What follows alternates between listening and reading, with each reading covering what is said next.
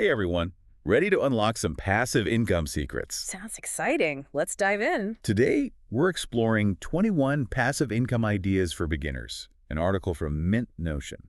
And get this, the author actually built multiple income streams, making over $20,000 a month. Wow, that's impressive. So what's her secret sauce? Well, a big part of it was blogging, but she's super clear that it wasn't an overnight success. It took lots of effort, especially at the beginning. Yeah, finding your niche, building an audience, that all takes time and work. Exactly. She talks about strategically using ads, affiliate marketing, and even digital products. It's like a multi-pronged approach to monetization. You've got to find what works best for your specific audience. Absolutely. Now, another idea that stood out was selling printables and templates. I know you might be thinking I'm no designer, but that's the cool part. You don't have to be. Right. Tools like Canva and Kittl make it super easy, even for beginners. And the best part is people are always looking for practical printables like chore charts, planners, and holiday stuff, things they can actually use. Exactly. Yeah. Now, how about this one, print on demand? Imagine designing cool t-shirts, mugs, without dealing with inventory or shipping. Oh, I've heard about this. That's the Printful model, right? Yep. You focus on the design, they handle the rest. It's a pretty low-risk way to dip your toes into e-commerce. Makes sense. No upfront costs, just pure creativity. Okay, but what if you have expertise in something specific, like gardening, coding, or even sourdough bread baking? You can totally turn that into an online course. The article talks about that. Whatever you're passionate about, there's probably an audience out there eager to learn. That's such a cool concept. Mhm. But creating a full-blown course might seem daunting, right? Yeah, it can be. So the author suggests starting with a mini course. Test the waters, see if there's demand for your topic. Smart, right? Super smart. Now let's talk visuals. The article groups stock photos and YouTube together. Got a good eye for photos or video? You can monetize those skills in several ways. Sell photos on stock sites, build a YouTube audience, or even offer your services directly to clients. The possibilities are huge. Finally, there's affiliate marketing. Recommend stuff you love, and if someone buys through your link, you get a commission. It's everywhere. But the key here is building trust. People can spot a phony a mile away. You have to genuinely recommend things you believe in. Couldn't agree more. Yeah. So that wraps up the digital ventures section of the article. Anything jump out at you so far? Tons of interesting stuff. But what really grabs me is how the author encourages us to see potential income opportunities in things we might overlook, which brings us to the sharing economy. Oh, I love this part. It's like, what do you already have that could be making you money? A spare room, a parking space. The article mentions platforms like Airbnb, Turo, and Neighbor. Super easy to turn your underutilized assets into income streams. It's a total game changer. And the best part is, there are options for everyone, no matter what you own or where you live. Hashtag TTS, the Deep Dive episode 2024-12-25, part 2 of 3. You know, it's funny because it used to be all about what you owned, right? Yeah. But now it's like, what can you share? Like the article mentions Airbnb. Yeah. Like we've all heard of renting out rooms or a whole house even. Right. But they even mention people renting out parking spaces, What? especially in busy cities Oh, that's smart. or like Yeah. near event venues. Yeah, makes sense. You know, just think about those little opportunities. Like, Yeah. what do you have that you could be making money off of? Yeah. Even renting out storage space Oh, really? through platforms like Neighbor, Mm. got an extra garage or a basement you don't use. Mm-hmm. Here you go. Boom. Passive income. Exactly. I love it. Okay, so this one's a little different, but it makes so much sense. Okay. Renting out baby gear. What? Like, think about it. Okay. You're traveling with a little kid, Uh-huh. or even just parents who need something specific for a short time. Right. It's so much cheaper and easier to rent than to buy all that stuff. That's true. And they even talk about renting out designer clothes, Wow. sustainable fashion, Yeah. sharing economy. I love that. It's like having a new wardrobe all the time That's awesome. without spending a fortune. Hmm. Okay, so we've talked about digital ventures. Yeah. We've dug into the sharing economy. Right. But what about the more, like, traditional passive income stuff? Oh, yeah. The article calls it traditional but twist. Okay. It's all about building that financial stability, you know? Right. Things like high-yield savings accounts, Uh-huh. CDs. Yeah. They might not be like the most exciting, Right. but they're steady, reliable ways to grow your money. I learned something interesting in the article. Oh, yeah. Online banks usually give you way better interest rates on those high-yield savings accounts. Oh, for sure. Yeah, you really got to shop around, Right. compare rates. I'm sure you're getting the most out of your money. Absolutely. Now, CDs, those are certificates of deposit. Yeah. The article explained it pretty well. Yeah, it's that fixed rate, fixed term thing. Right. So you lock your money in for a certain amount of time Yep. at a specific interest rate. So it seems like a good option if you're saving for something specific Uh-huh. and you don't need to touch the money right away. Right. Short-term goals. Yeah, like set it and forget it. Exactly. You know, it's safe and you get a slightly better return than a regular savings account. Perfect. Okay. Okay, now for the part I'm excited about and a little scared of at the same time, Okay. investing for the future. Oh, yeah. We're talking about dividend stocks, Yeah. ETFs, Yeah. bonds, REITs, the whole thing.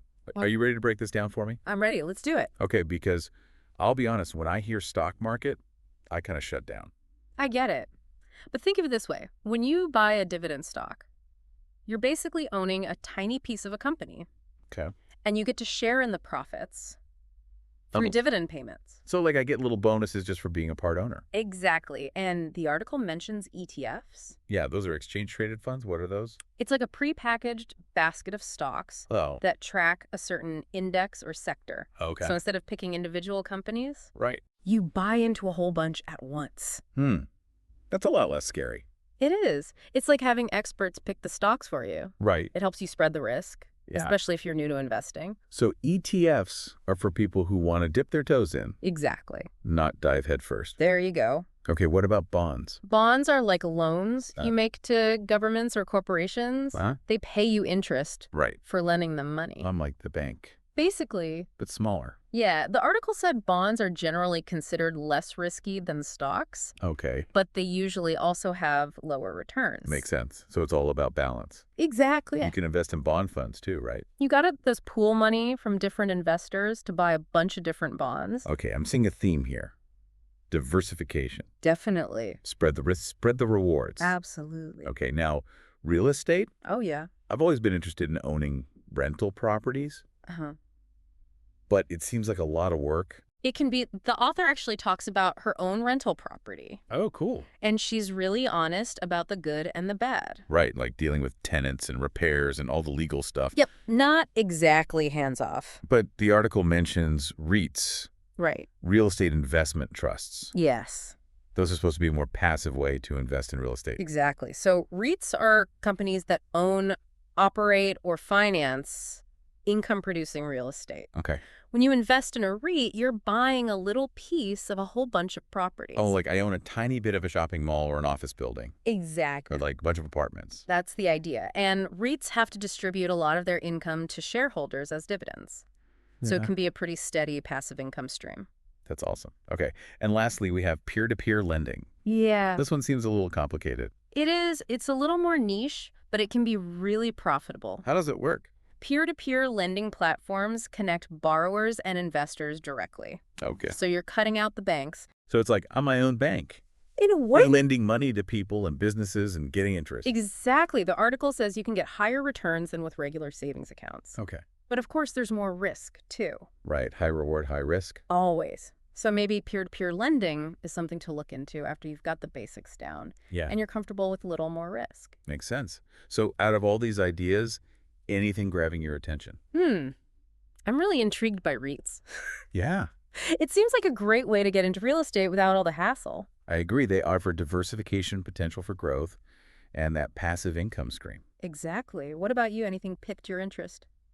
Hashtag TTS, the deep dive episode 2024-1225, part 3 of 3.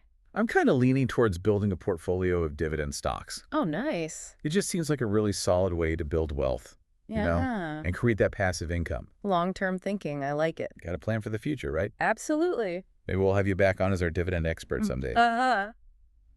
Okay, but before we get too far ahead, Right. we have one last passive income idea from the article. Okay, the last one. Peer-to-peer lending. Yeah.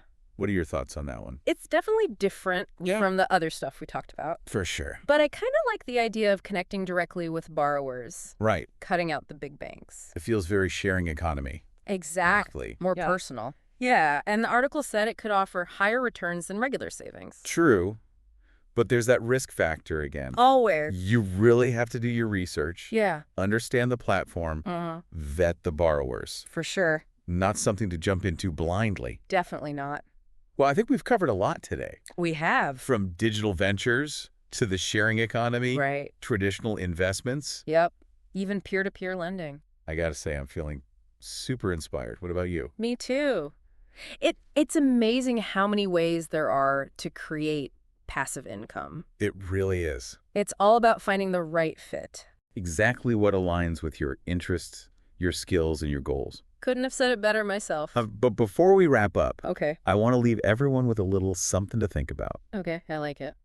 Of all the ideas we discussed today, which one do you think has the most untapped potential? Oh, that's a good one. The one that could really blow up in the next few years. Like, what's next? Exactly. If I had to pick one, Yeah. I'd say look at where technology and passive income intersect. Okay. We're already seeing things like AI, content creation, Right. blockchain investment platforms. It's wild to think about. It is AI writing your blog posts or making your videos. Yeah. Blockchain making investing easier and more transparent. I can't even imagine what's next. It's an exciting time for sure. So there you have it, everyone. Our deep dive into 21 passive income ideas for beginners from Mint Notion.